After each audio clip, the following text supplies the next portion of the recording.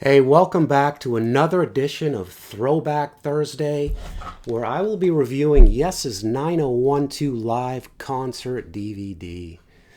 It comes in your standard plastic DVD case with no booklet, but the set list and credits are shown on the back of the case and on a one-page insert inside of the case.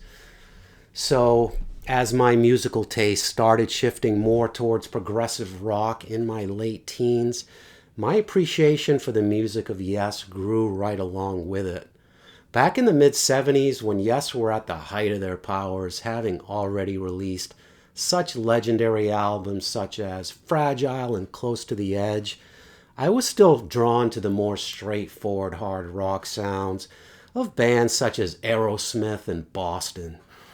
Of course, I had heard and enjoyed such rock radio staples as I've Seen All Good People and Roundabout.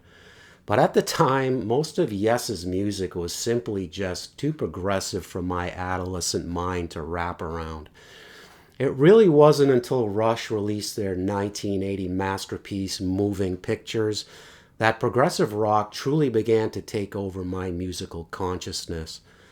Then in 1983, after a few years of uncertainty about whether Yes would continue as Yes/The Buggles hybrid that gave us the Drama album, or fully transform into the Chris Squire and Trevor Rabin-led cinema project, Yes made a bold comeback with 90125.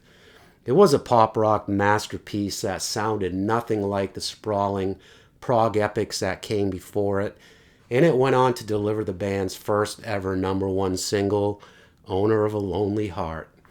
The new lineup would include Chris Squire on bass, new guy Trevor Rabin on guitar, Alan White on drums, Tony Kaye back on keyboards, and John Anderson returning on vocals. Trevor Horn would also be relegated back to just producer status for this one. To many Yes purists, 90125 was kind of the equivalent to Genesis releasing Abacab a couple years prior. But for every fan who abandoned them, about 10 new ones took their place, I think. I almost feel embarrassed to admit that 90125 was the album that really launched my interest in Yes.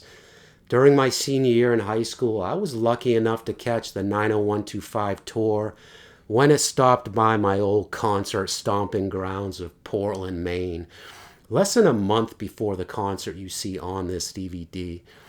I was disappointed at how this video does not quite do the proper justice to the awesome concert that I witnessed that night.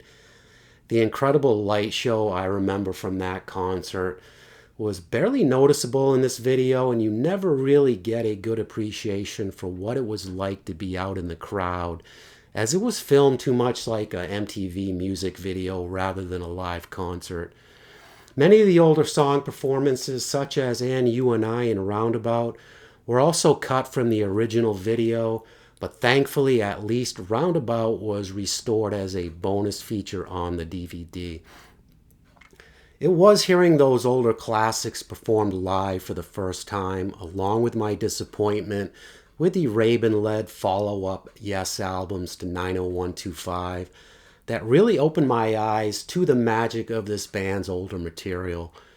There are those fans that simply cannot enjoy both the Rabin era and the Steve Howe eras of Yes, but I'm not one of them. As much as I will always crave the epic sounds of the Yes album and Fragile, I still enjoy a good dose of 90125 occasionally, in much the same way that I can still enjoy those mid-80s Rush albums. 9012 Live was filmed on September 28th and 29th, 1984 at the Edmonton Coliseum Bowl by then relatively unknown director Steven Soderbergh. When this video was first released in 1985 on VHS, it immediately became infamous for the annoying Charlex effects that Soderbergh got a little carried away with here.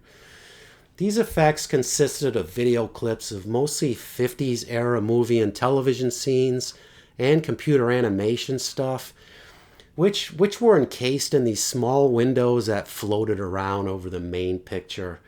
I mean, that's just what we want to see when watching a concert video, right? Thankfully, Soderbergh listened to the fans and provided an alternate Charlex-free version of the film as a bonus feature, and it is much better. The setlist includes most of the 90125 album, excluding only Our Song and Hearts, even though those songs were performed at the concert. I can understand the concert being edited somewhat for TV broadcast, but I'm not sure why so many songs were left off the VHS and DVD releases. The performances were excellent for the most part, but never really strayed too far from the album versions. Many of the vocal harmonies, especially the a cappella stuff on Leave It, were obviously pre-recorded and lip-synced. Towards the end of the show, the band finally opens up some and infuses City of Love with tons of excellent improvisation, which made for a much heavier and more exhilarating version than the original. Starship Trooper closed out the show nicely, and Rabin really deserves credit for making this performance as exciting as any of the classic live versions of this epic song.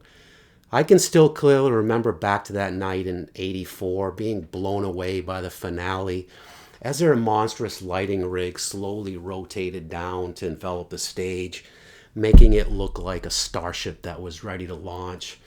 And this video does not come close to capturing that live experience because most of the shots were just fairly close up and rarely pulled back enough to capture the whole stage show. The DVD is presented in the original full frame aspect ratio as the original recording, and the video quality is not much of an improvement over the original VHS version. The picture looks kind of dull overall, but at least the graininess has been kept to a minimum, and some of the colors were restored fairly nicely.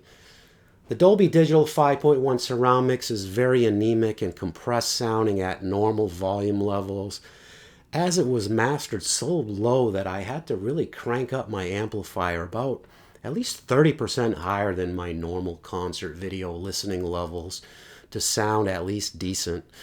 The bonus features include some enlightening interviews with the band, the restored roundabout performance, a non-Charlex director's cut version of the concert, and Soderbergh's Access All Areas documentary.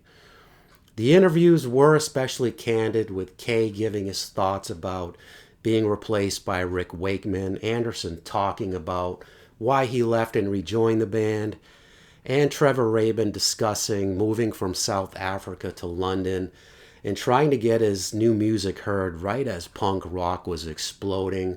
Unfortunately, let's just say that Rabin didn't have too many nice things to say about punk music, and I don't blame him. Even with all of the production woes that plague this DVD, it is still a must-have for any fan of the Rabin era of Yes. It is almost worth the price of admission alone, just to see the band all decked out in those silly fluorescent pink and yellow stage clothes, matching eyeliner and teased hair, as they became the new trendsetters for the 80s pop rock scene. The set list shown here featured 10 songs, not including the roundabout bonus song, and the total runtime was a measly 68 minutes.